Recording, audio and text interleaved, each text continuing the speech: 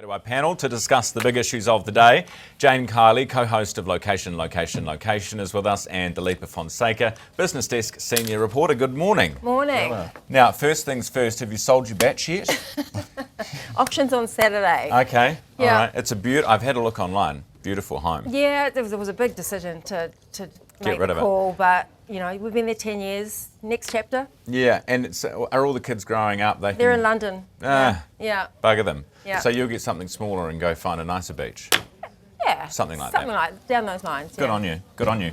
Now let's talk about what we're here to talk about. Sam Ruthe, Dileepa, 16 years old, smashing the world records, and he's got so much more to give, which is the exciting part.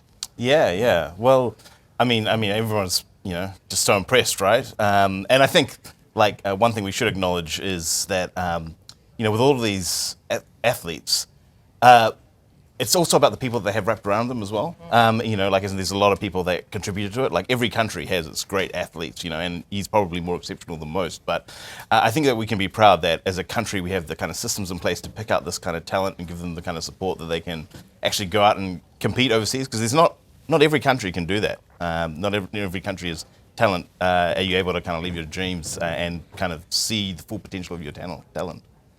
Yeah, I agree. And also I think it's very important with an athlete so young that he is managed well. I heard an interview with him very early this morning saying that he's only running 70 Ks a week, whereas a lot of his contemporaries in that race would have been running 130 Ks a week. So I think management of a young body with young muscles, young tendons, young bones also needs to be taken into account. And it sounds like he's very well looked after in that respect. Yeah, it certainly does. Now, we talked earlier with the Prime Minister about this firefighter. Did you see so the Prime Minister's talking to a firefighter about something, and then the Prime Minister walks away to go get on a helicopter during the flooding, and the firefighter goes, does that symbol. PM doesn't see it, so is it that offensive? I don't know. Apparently this person's being investigated now, and I showed the PM. He didn't seem too bothered by it. What do we think? Well, I think it comes with the territory, doesn't it? When you're a well-known figure, and not everyone's going to like you. Yeah, it did remind me a little bit of. Remember Scott Morrison after the fires? I think it was when he went and kind of tried to shake the hands of these various firefighters, and they all just refused to shake his hand. Ooh. I guess it's harder to do when it was kind of a shoulder tap or something, I guess. So, yeah, it does happen to prime ministers. I don't think that the guy should necessarily be fired for it, but I guess that's a decision for the firefighters. Also, I'm not sure if he's a volunteer or not. I don't know I don't know where they're from, but I don't think they should be fired. Worse things have been chucked through the air, haven't they? Precisely. Yeah. And the first thing you think is, has it been used? Exactly. I think if the Prime Minister's okay with it, then let it go. Let's move on. Yeah. New report reveals the most dangerous time to drive on our roads is between 7 and 8 a.m. Do you have any recent driver horror stories? I think you had one, I got one this morning. Oh, did you? Yeah.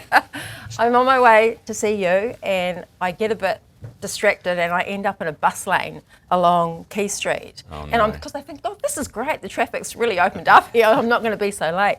And then behind me on my way here this morning, I got pulled over. What was the ticket? Well, I had rollers in my hair as well, so I was quickly throwing those into the passenger seat. Pulled me up because I was in a bus lane.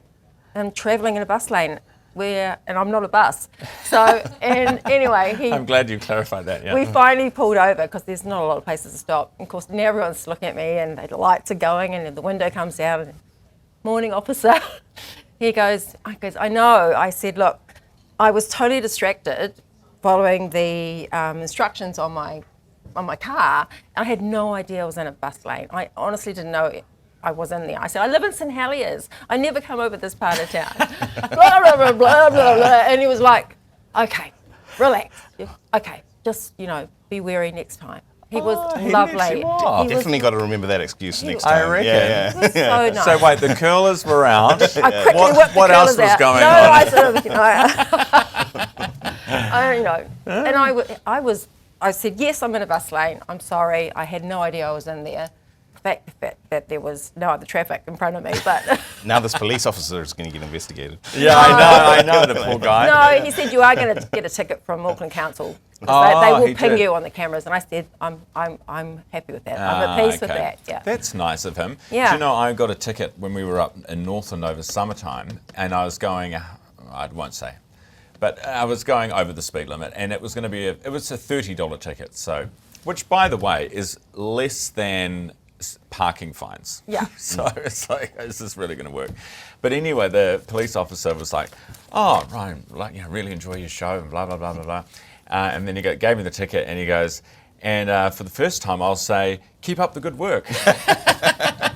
And I was like, well, thank you. Okay. Thank you very much. Didn't even give you a discount. Didn't give me a discount. And took the ticket and left. But there you go. Hey, what about you? Have you had any run-ins at that time? No, I mean, I kind of walk to work, so, that's, But, I mean, I think it shows that there are dangers in driving at that time.